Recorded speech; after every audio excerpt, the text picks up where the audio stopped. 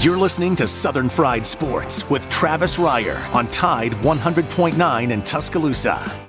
Is Southern Fried Sports with Bama Online senior analyst Travis Reier on your home for Alabama sports. Tide 100.9 and streaming on the Tide 100.9 app.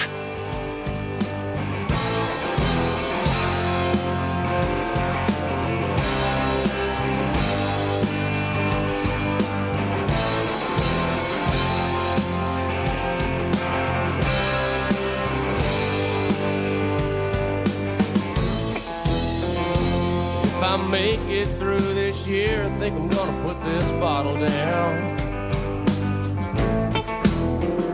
I guess as time goes on, I'll grow to miss it less than I will now.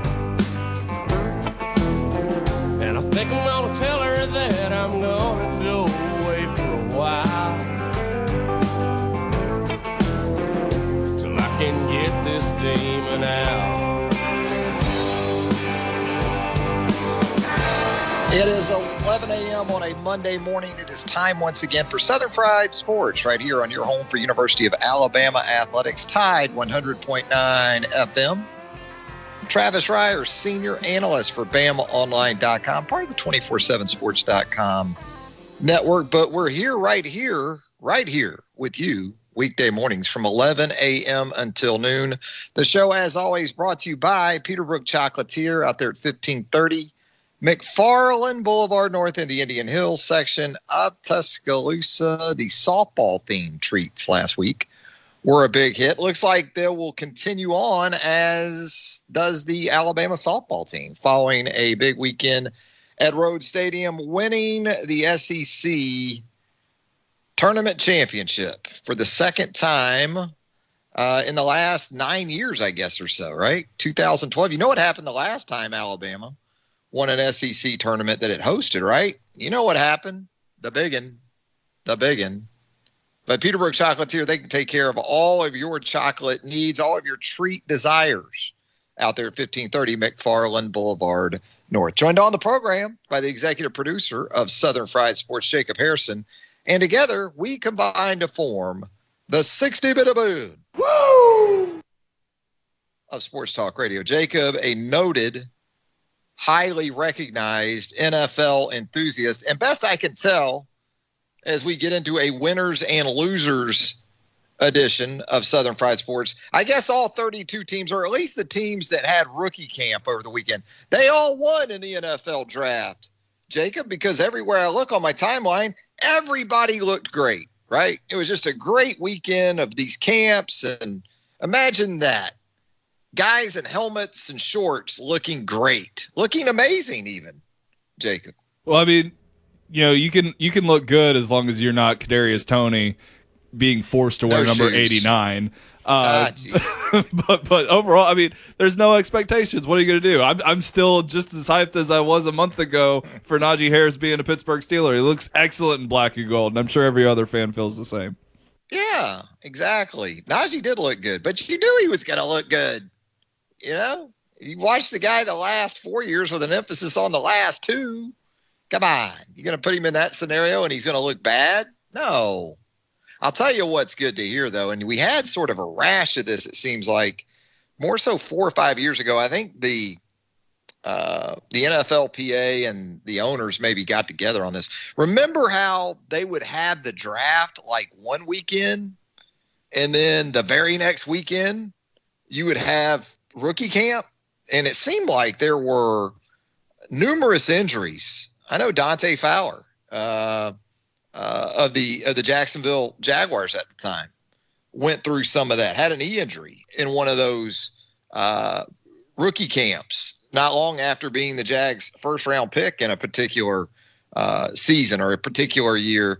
And it just seemed like there for a while, it was like guys had shut down the training, you know, in the lead up to the draft, and then they would go so hard partying or just having a lot of fun, as they should, during the draft, right after the draft, and then bam, throw them right out on a practice field and expect them to work at a high tempo, at a high pace. That didn't seem to work so well. Looks like they're giving them a couple weeks now in between the draft and those rookie camps. So that's a good thing, I would say. Hey, 205-342-9904. That is the Peterbrook Chocolatier studio line. If you'd like to jump on board with us, we have plenty of room for you. We are not guest free on this Monday because at the bottom of the hour, we're going to be joined by the latest addition to the University of Alabama football roster, Jack Martin, transfer from Troy, originally from Dothan, Alabama. Couple of really strong seasons for the Trojans. First, primarily as a kickoff guy a couple of seasons ago, but then really blossoming as a punter for Troy in 2020. In fact, Troy, I believe, led the country in net punting in 2020. And so a nice pickup. Jack Martin, a scholarship guy at Troy, signed with Troy out of high school in 2019, actually had committed to South Alabama, flipped to Troy just in the lead up to signing day, I guess it was, in 2019. And he's walking away from a scholarship at Troy to throw his hat in that punting ring at Alabama. So Jack Martin, not afraid to gamble a little bit, but he's gambling obviously on some really nice ability. Also some value in all three areas of kicking the football. He has done kickoffs extensively at Troy. He has punted. He can also help you in terms of depth where field goal and extra point is concerned. And I know our Hank South there at BamaOnline.com here in the last day or so has caught up with Jack himself, and really good stuff right now for our VIP subscribers there at BamaOnline.com. Thanks to Hank South. But we'll talk with Jack ourselves here on the program coming up at the bottom of the hour. Again, big winners from over the weekend. You got to start with Alabama softball. Alabama softball with the SEC tournament championship win, 3 days, 3 W's for Patrick Murphy's team. Now winners of 13 in a row, and none of you people would have imagined that after the second loss to Florida here in Tuscaloosa all those weeks ago. That had the look of a team that could be in dire straits, at least in terms of some of the staples of what you've come to expect from Alabama softball. With the injuries, with some of the COVID stuff going on, you were talking about an Alabama team down a couple of 3 key pieces, not only in the lineup, but also where the pitching staff is concerned. But you know what can pick up all of that in softball? A dominant pitcher. And that's exactly what Montana Fouts continues to be. Sets a new SEC tournament record for strikeouts over the weekend. Phenomenal in every aspect of pitching. Rise ball, drop ball, in, out. However you want Montana Fouts to do it right now, she can absolutely do it. And as importantly, if not more importantly, one of the more elite competitors you will ever see. And think about the batteries that Alabama athletics have had over the course of the 2020-2021 athletic calendar year. How about Mac Jones and Devontae Smith on the football field? And then in softball, you've had Montana Fouts and Bailey Hemphill, an all-time scenario in both cases. And Bailey Hemphill, a historic weekend in her own right. She gets her 61st home run, sets herself apart as the standalone leader where home runs are concerned in program history. And Montana Fouts, so much for that in the co-pitcher of the year thing, right? In the SEC. I think she took the out of that. And as we talked about last week, with the SEC softball awards, there isn't an MVP. There's a player of the year, which Bailey Hemphill was certainly deserving of.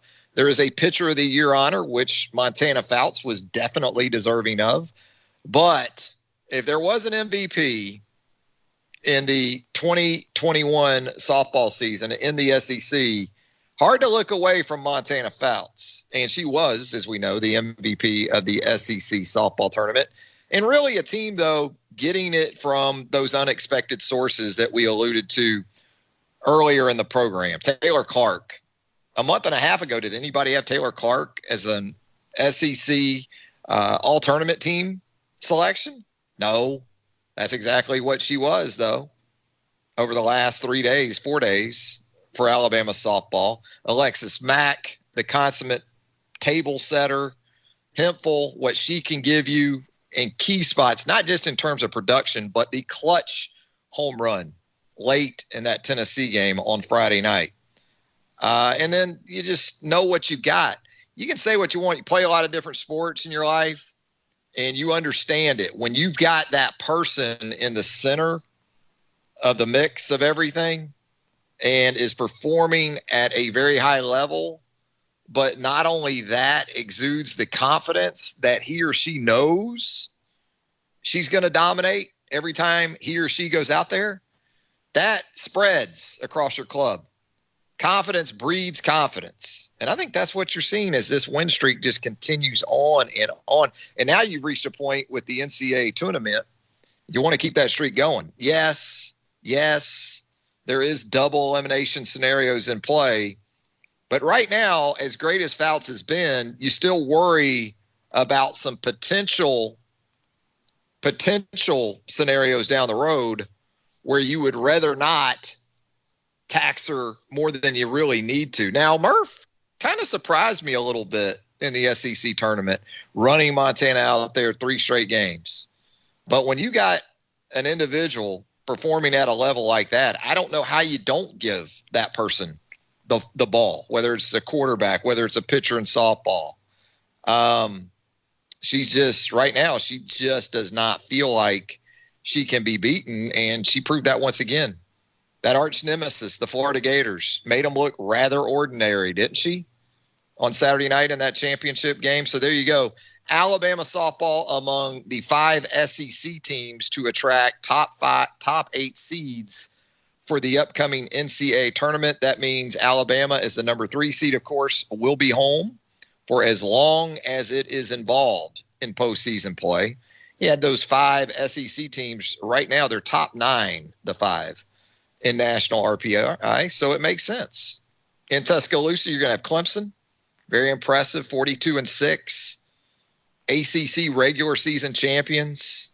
RPI a little low for 42-6. Clemson at number 20 in RPI, whereas Alabama will go into postseason play or regional play as the number 1 RPI team in college softball. But you're also going to have Troy in town. You're going to have Alabama State in town. So there you go.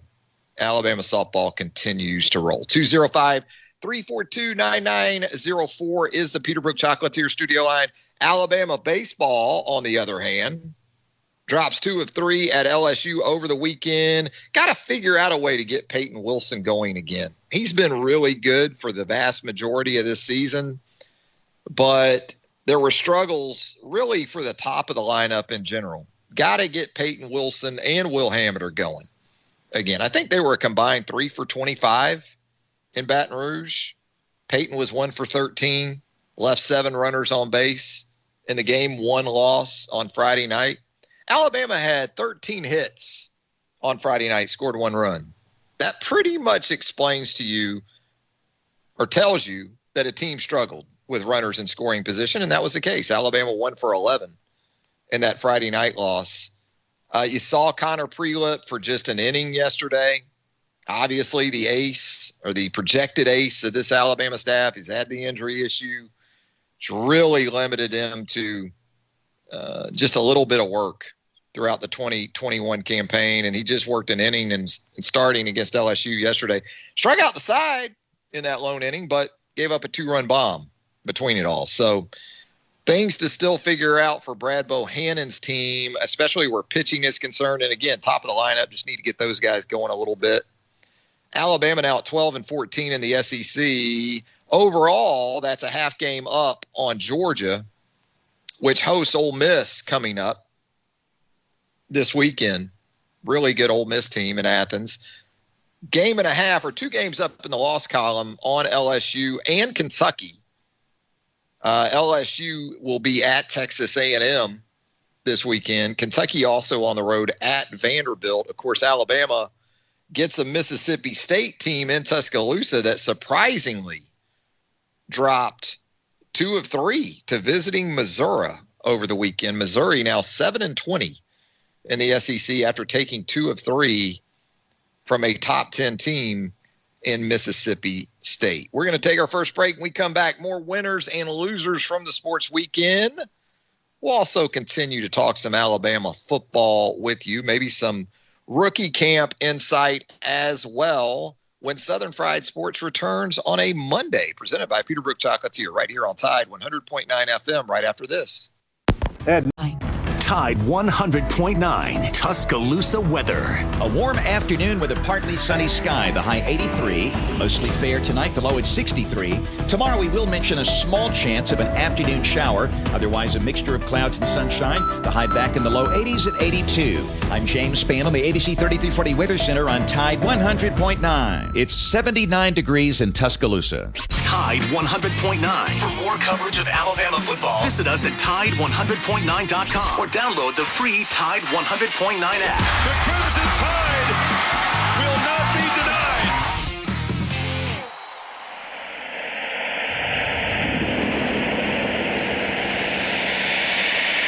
One, two, three, four.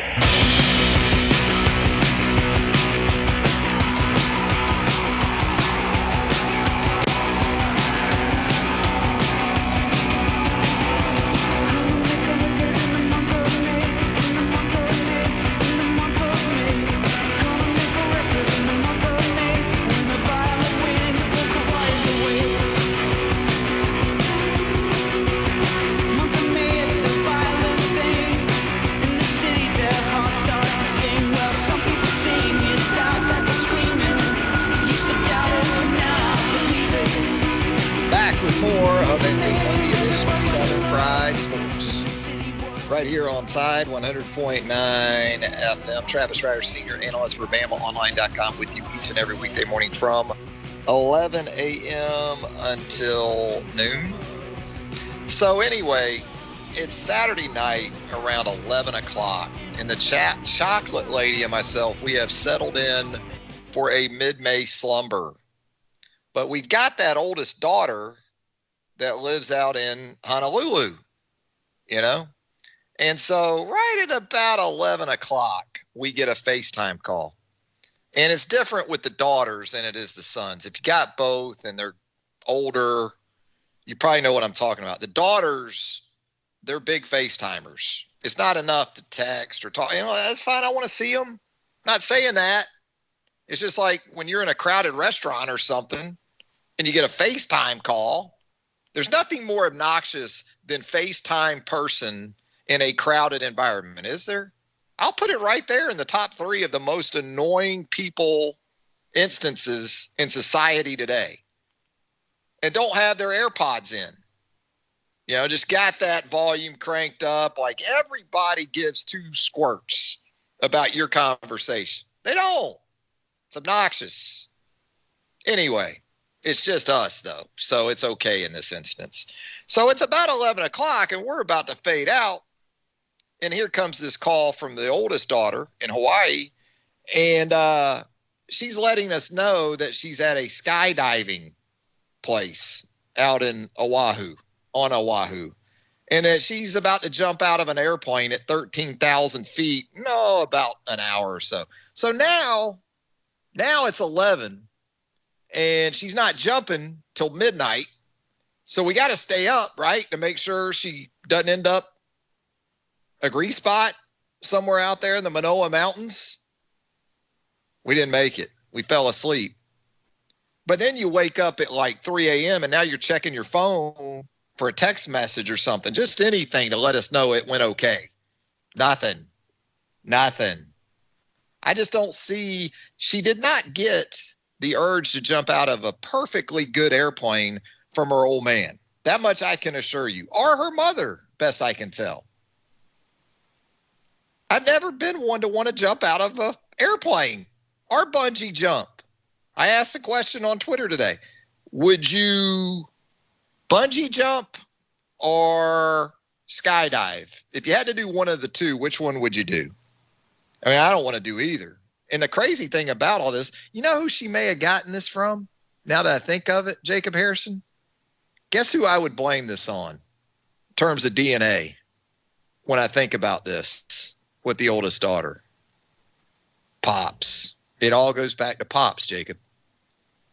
I was just about to say it too. You know, you've been around long enough now. You know, Pops like 4 or 5 years ago in his 60s. He's down in Daytona Beach with his friends, maybe some alcohol involved. I'm going to guess there may have been some here, okay? He decides he's going to bungee jump off Daytona Beach from about 250 feet. Maybe that's where it comes from. I blame everything on Pops. But the good news is all went well with the tandem jump at 13K. And we're happy about that. We're happy about that.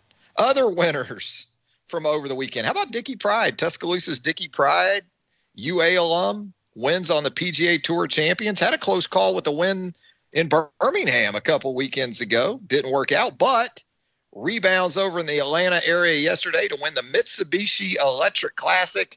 $270,000 to Dickie Pride.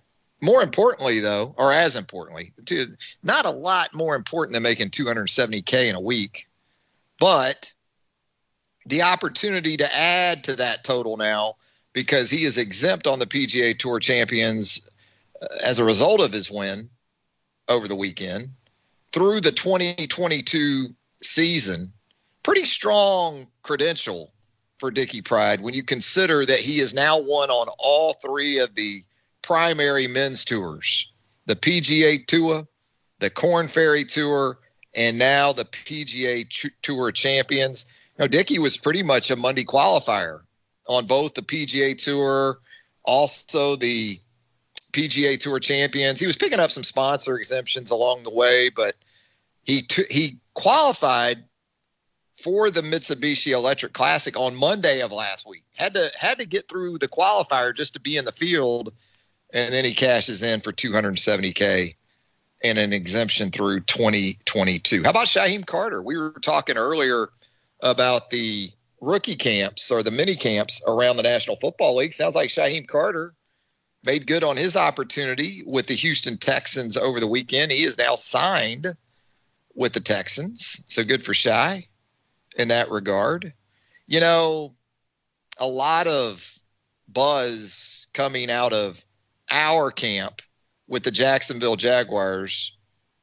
Trevor Lawrence making his practice debut over the weekend in Jacksonville. Apparently, they didn't want to risk anything with that surgically repaired non-throwing shoulder, so even snaps he didn't take from under center. There was a lot of talk about Travis Etienne, the Jags' second first-round pick, working at wide receiver. Well, you know, if there's a time to do stuff like that, it's rookie camp, because what do you got out there? 15, 20 guys anyway? So you probably need a guy like that to play some wide receiver just to be able to get your work in with your quarterbacks. But it definitely lines up with what we talked about with Travis Etienne in the eyes of Urban Meyer. What Urban Meyer sees is a very fast individual who you can use in some ways reminiscent of Percy Harvin 10 or 12 years ago down there at the University of Florida. 2008, 2009-ish for Percy Harvin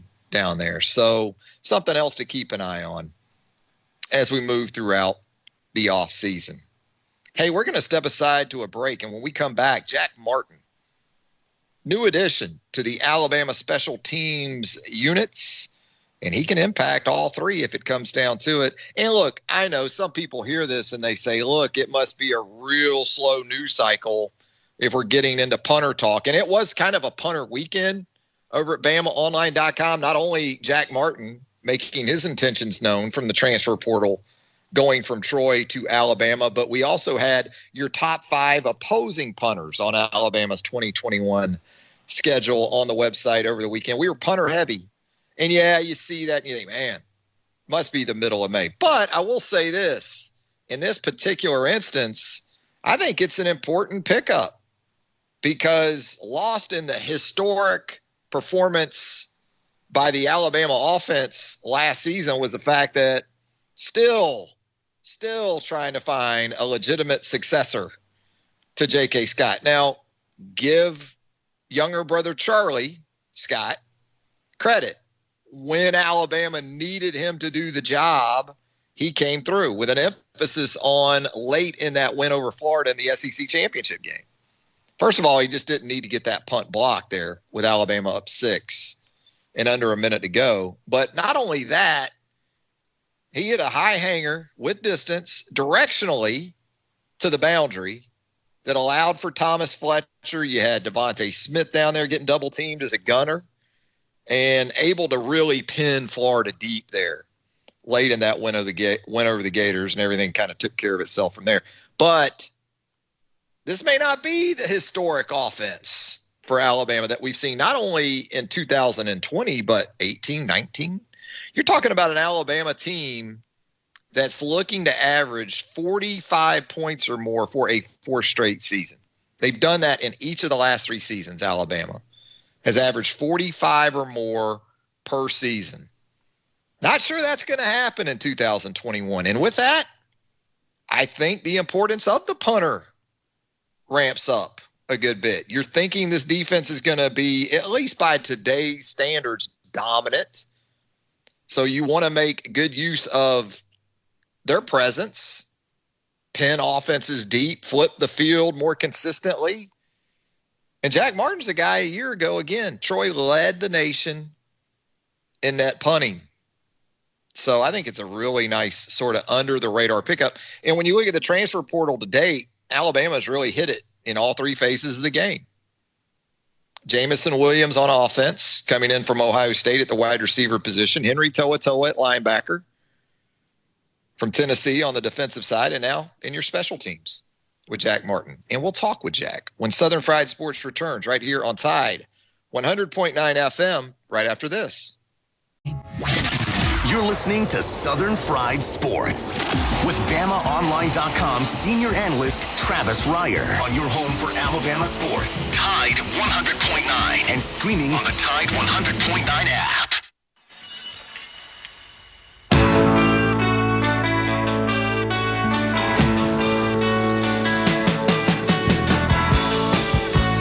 And we're back with more of a Monday edition of Southern Fried Sports right here on Tide 100.9 FM. Travis Reier, senior analyst for BOL, with you weekday mornings from 11 a.m. until noon. As promised, we're going to head to the Peterbrook Chocolatier studio line right now and check in with the newest addition to the Alabama special teams units, a guy who could impact numerous areas of that phase of the game for the Alabama Crimson Tide as early as the upcoming season. Jack Martin joins us now, transfer from Troy University. Jack, first and foremost, welcome to the program. Oh, yeah. Thank you for having me. I'm excited. Really excited about it. Now, we have a common tie, don't we, with Brian Jackson, who has worked with you yes, personally sir. throughout the years. Sir. Yes, sir. Me and Brian, we've been together for a while, and I actually remember seeing you at a few of the kicking camps I'd go to, and then actually your daughter, I kind of keep up with her on social media, and I think, if I'm not right, she's playing at Hawaii. Is that correct? She played basketball at Hawaii, and absolutely I remember those camps with Brian Jackson and his outfit. Now, both of you guys are Dothan guys, right? Yes, sir. Yes, sir, we are. So I moved to Dothan going into 8th grade, and I kind of picked up the kicking game in 7th grade, and so it all kind of worked out to have a kicking coach in my hometown that you can go and work with. So it worked out. Brian's great, no doubt about it. Does a super job, and former Division I kicker in his own right, and up in the MAC conference was very, very good. So were you a soccer kid? I actually was. So I started playing soccer about 3 years old, and so I gave it up junior year of high school whenever I guess kind of realized I wasn't going nowhere in soccer, and kind of picked up the kicking game seriously and thought I had a better chance with that. But gave that up in about junior year of high school. Now, correct me if I'm wrong, but Kobe Neenan is another Dothan guy. I know I'm going a little bit correct inside baseball with the kicking stuff here, but Kobe Neenan was another successful Brian Jackson trainee from the Dothan area. I think he went to Tulane originally, maybe Georgia Southern, Tulane, UAB, and then UAB. Yep. Yeah. So he's looking for a home right now as we speak. But he was at my high school in 9th grade. So I he showed me the ropes in ninth grade, so that kind of helped me out a lot too. I got you. So a little bit of a pipeline out of Dothan, Alabama, to the That's Division right. I ranks. That's right. With the you guys are holding it down there in the Wiregrass. Oh yeah, we're trying to. So let's talk about your path to the University of Alabama, because I know you coming out of high school in 2019 there in Dothan in that area. You signed with Troy. You had other suitors. I think South Alabama and some others were very much involved with you. Got off to a good start at Troy. I guess kickoffs your first season. And then this past year, really, really strong performance punting the football. You're a scholarship student athlete at a very solid Division I program, FBS program in Troy. But is it the allure of Alabama, a place like Alabama, that in your mind makes it a shot you have to take, even if it involves initially at least a preferred walk-on opportunity? So really the Alabama thing, obviously, Alabama's Alabama. You honestly can't get any better. I mean, that's the best of the best. So that does play a big part in it. But really for me, I believe that for Alabama, that kind of gives me or made me want to go there was really just opportunity, especially just to play. So I kind of base it off everybody wants to go to school and play with the best and all, but I feel like this is a great opportunity for me and myself, not only just because it's Alabama, but for my future as well. Because my main goal, every player says this, but it's to play in the NFL one day, and I believe this will definitely help me, and add this to my resume would help. You talk about your resume again in the 2020 season, right there at the top of the FBS standings in terms of net punting. What do you attribute that to? Obviously, you were a part of a good coverage unit. I'm guessing your coverage guys at Troy did a good job, but hang time, no doubt. Your ability to directional punt, what all goes into that to pull off that type of number? So actually, when I was at Troy, I actually didn't start punting the first few games. And so I think I took over about game 4. And so everything really clicked for me. So I was kind of recruited to be a field goal kicker and kickoff guy. And actually, whenever I got to Troy, kind of worked at all three. And then they threw me in for the punting thing. It all kind of worked out and everything was clicking. And because really I haven't known exactly what I'm best at. I've kind of wanted to narrow it down instead of doing all three, kind of narrow it down to 2 skill sets. Because, there's rarely anybody who does all three, and nobody who does all three at the next level. So I felt like it was about time to kind of find something that I was best at and kind of focus on that more and spend more time on that. But everything was really clicking for me this season. We hear about specialization in sports a lot of times, and typically we relate that to how many sports a young person plays. But you just said it, within punting and kicking, there is sort of that reality at some point, whereas you might be a field goal, extra point, kickoff, and punter up through high school. It seems like there comes a point where a decision has to be made in terms of which of those routes you're going to go. We know Will Reichard, also out of Hoover High School a couple of years ago, he was that kind of guy, punter, kickoffs. No doubt. Field goal, extra point. How tough is it to maintain that balance? Because the motions and the techniques are pretty different, aren't they, when you talk about punting and place kicking? They are. Punting and field goal kicking and kickoffs, they're all completely different motions. And I'm not saying it's impossible, but it is really challenging to balance all three, because punting is almost more of a straight swing up and down, and then field goal kicking is obviously swinging across. And so it's kind of hard, especially in the game, to go from just the transitioning mentally, knowing what type of swing pattern you want to do. So, and you're introducing at the next level. There is nobody who does all three. So it's best to kind of focus and tune in on a certain skill set. So based on your performance in 2020, I'm guessing Alabama's attention and Alabama's attraction to you starts with punting, but could there be some other elements in play? Could you be asked to provide depth or maybe compete for kickoffs or provide depth in place kicking? Yes, sir. Actually, so what they really need me to focus on, obviously nothing really given, especially at Alabama. You go learn everything, but with punting as my first priority, and then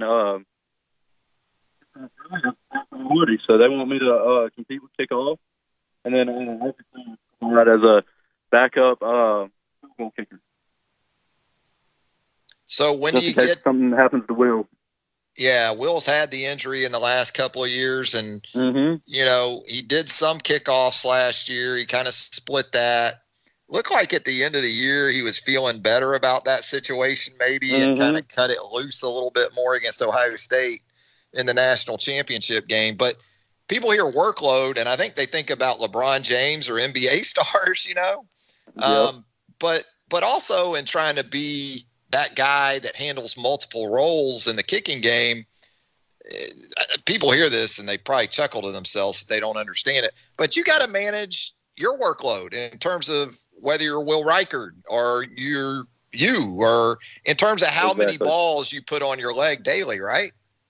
Exactly, because really it doesn't look like much, especially in a game, because, we really only get passes in the game, but really constantly throughout the game we're kicking, stay loose, and then in practice we're it's almost like a pitcher in baseball. You can't pitch every day and pitch your arm out. So I kind of think of it like that. Now, did you grow up an Alabama fan, Jack? Actually, this is kind of funny.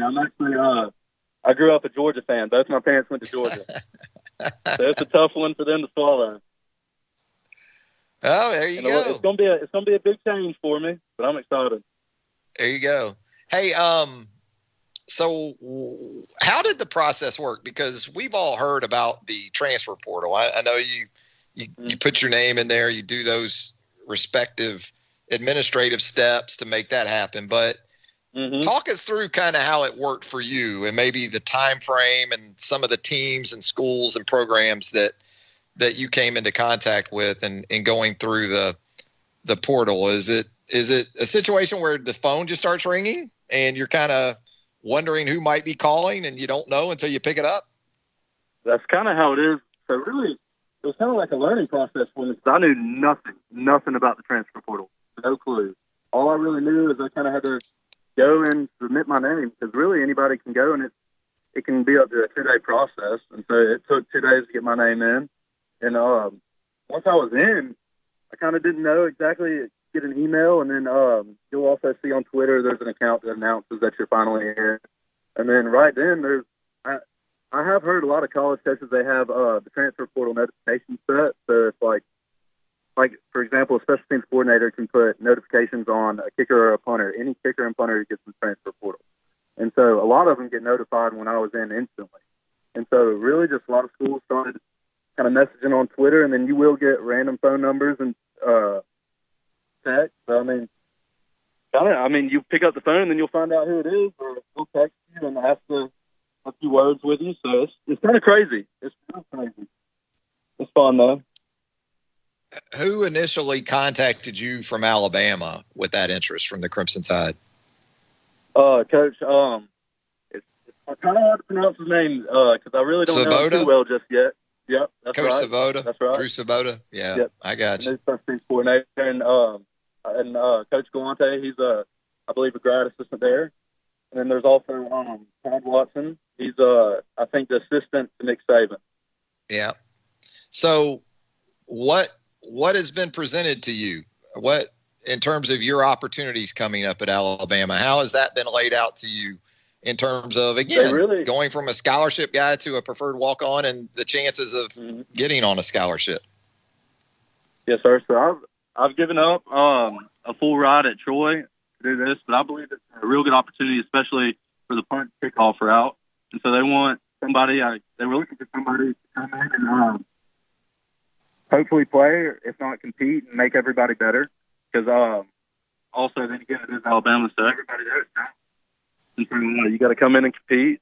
But they wanted somebody, especially for they really wanted somebody who could kind of do all three to provide a backup for Will, and a guy who can come in and hopefully play, if not compete, and make everybody else better on punts and kickoff. And do what? Go ahead. I'm sorry. I believe after talking with the coaches, I believe it's a good opportunity. So that's another reason why I decided to take that over some of the other schools that contacted me. I just feel like it's a good opportunity right off the bat for me to play. So I'm guessing you'll be in Tuscaloosa here pretty soon. Actually, I'm going up there Saturday. So less than a week. Less than a week. How about the academic end of this? We never talk about this enough, but how does that fit you from that perspective with Alabama? So actually, I graduate in 2 semesters. So I dual enrolled in high school, so I got really ahead with college credit. And so I have 2 more semesters, so I graduate with my finance degree. And everything's transferring over well. And Alabama has a finance program, so really there's not much of a change, but I'm getting a degree at the University of Alabama, which is great. Pretty good business school, as you know, Jack, I'm sure. So. Oh, yeah, no doubt. Absolutely. No doubt. Well, hey, Jack, we appreciate the time, my man, and wish you nothing but the best of luck coming up here. And we'll definitely be keeping eyes and ears out for you, and safe travels making that trip. No doubt. I'm sure you know it pretty well. Up 231 to 82 and right on into the University of Alabama. Absolutely. Hey, thanks again, Jack. I appreciate it. Thank you for having me. There he goes. That's Jack Martin. He's got 3 years of eligibility remaining, by the way. So that doesn't hurt. How about this guy?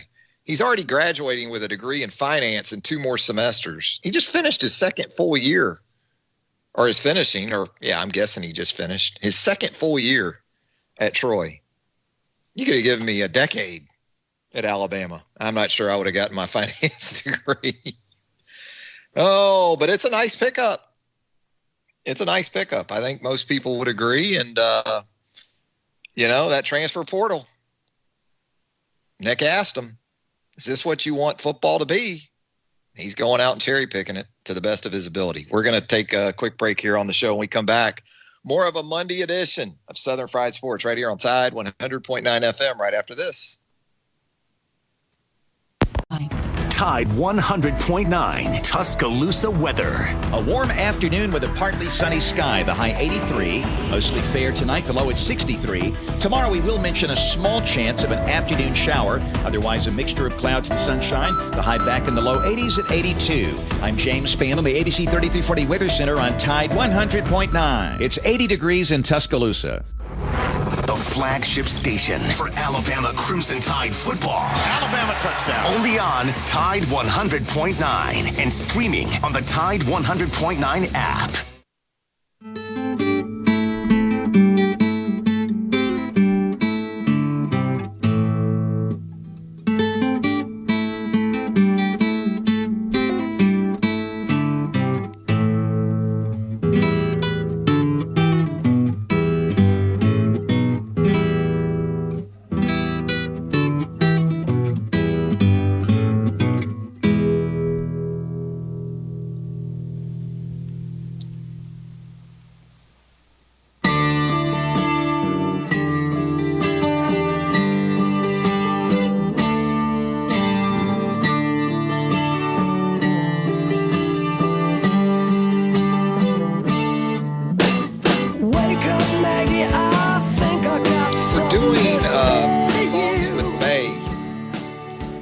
Today for the playlist theme of the day. I was kind of lazy, didn't really research it, just said let's do May songs. So of course you're going to have Maggie May. Come on, Rocket Rod.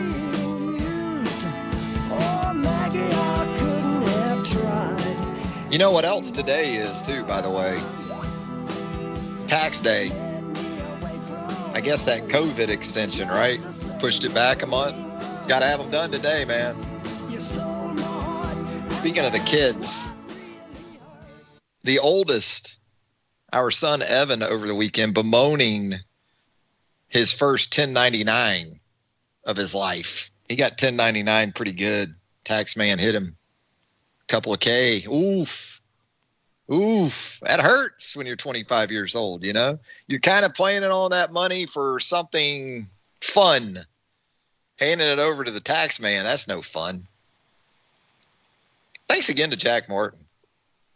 transfer to the University of Alabama from Troy, punter, kicker. He told you, punting primarily, and it should be, because Alabama ranked last in the SEC last year in punting at 38 yards per boot. And again, understanding that it could be a pretty different team. I'm not saying Alabama is going to only average like 22 points a game or something. I think Alabama will be north of 35, but north of 45 like it's been the last 3 years, I'm not ready to go there. So you better have your punting game in check in 2021. I think Jack Martin's going to help with that. As he said, win the job or certainly make the competition better. But I don't think Jack Martin's walking away from a full ride at an FBS to come hang on the sidelines for 14 or 15 games. He's smart, too, not only because he's about to get his finance degree in 2 semesters, but in doing so, he'll still be a true sophomore in 2021 because last year was the free year. And so when you think about the fact that he's going to graduate in 2 semesters, if he goes to Alabama and he wins the job and he's a guy for 3 years, great. If he doesn't, he can hit that portal again as a grad transfer. Still have a couple of years of eligibility. So smart dude all the way around in Jack Martin. Hey, you know what, Jacob Harrison? We got some really good feedback about the Waffle House talk the other day, or I did anyway. Folks enjoyed that. You kind of taking us behind the curtain a little bit there at the Waffle House. I had one more question that I didn't get in on Friday, I believe it was. But when the flat grill guy or gal, they go to that little like ladle there in that stainless steel container, and out comes some liquid that they use for the hash browns or maybe the eggs. Is that just cooking oil or is that drawn butter, Jacob? Do we know? I want to say it's cooking butter or yeah. Or did I say butter? Cooking oil. I think it's just regular like oil. Yeah. It looks so heavenly as they just kind of douse it on those hash browns and everything. I mean, I'm sure it's played a role in Stan the Stent taking up residence in my right ventricle or whatever it is he calls home these days. But it seems to work pretty well. I did wonder about that. That was the lone sort of remaining question I had for now for you, where the Waffle House is concerned. But good to know. Good to know. You know what else is? You know what else? Well, you're our draft and Waffle House guy. I mean, what else do you need on your program? If you got an NFL draft and Waffle House person, you're set. I mean, the rest of it's easy. What else is easy and what else is good is that it's PGA Championship week this week on the PGA Tour. Going to play that one over at Kiowa Island, just outside of Charleston, South Carolina.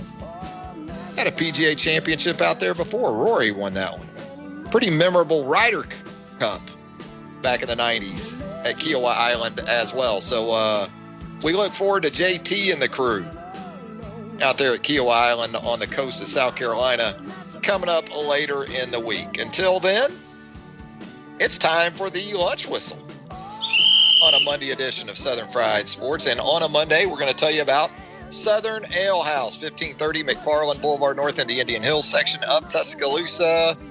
Southern Ale House, outstanding stuff each and every day, starting with lunch, which it is right now. You're jumping in your rig, you're trying to figure out those lunch plans. Well, it's easy. Southern Ale House, whether you're in the mood for a burger, a sandwich, or you want to go light in the middle of the day with a salad, that chopped wedge, I'm telling you, can't go wrong with it. Get a little grilled chicken on that one. Super, super stuff there at Southern Ale House, 1530 McFarland Boulevard North. Until 11 a.m. on Tuesday. Have a great rest of your Monday, everybody.